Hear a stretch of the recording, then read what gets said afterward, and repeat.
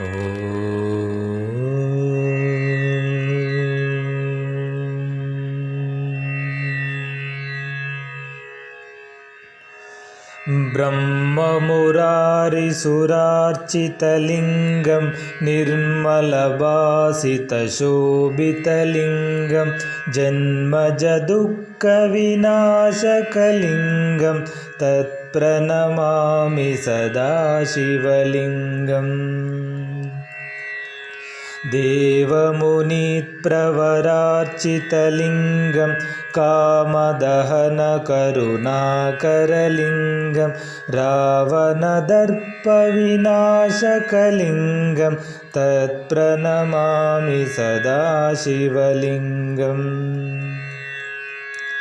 सर्वसुगन्धिसुलेपितलिङ्गं बुद्धिविवर्धनकारणलिङ्गं सिद्धसुरासुरवन्दितलिङ्गं तत्प्रणमामि सदा शिवलिङ्गम्।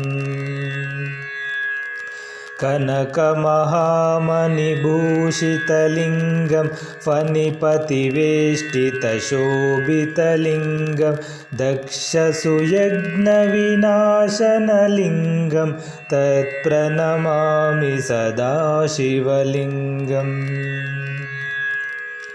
कुङ्कुमचन्दनलेपितलिङ्गं पङ्कजहारसुशोभितलिङ्गं सञ्चितपापविनाशनलिङ्गं तत्प्रणमामि सदा शिवलिङ्गम्।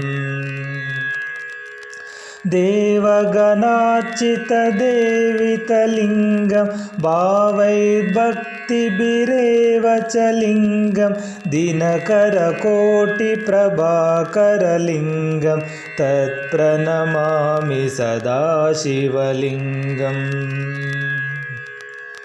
अष्टदलोपरिवेष्टितलिङ्गं सर्वसमुद्भवकारणलिङ्गम् अष्टदारिद्र्यविनाशकलिङ्गं तत्प्रणमामि सदा शिवलिङ्गम्।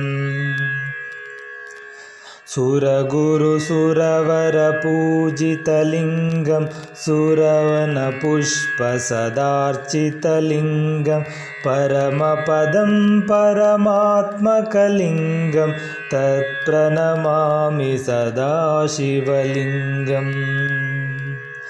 लिङ्गाष्टकमिदं पुण्यं यत्पठेच्छिवसन्निधौ शिवलोकमवाप्नोति शिवेन सह मोदते।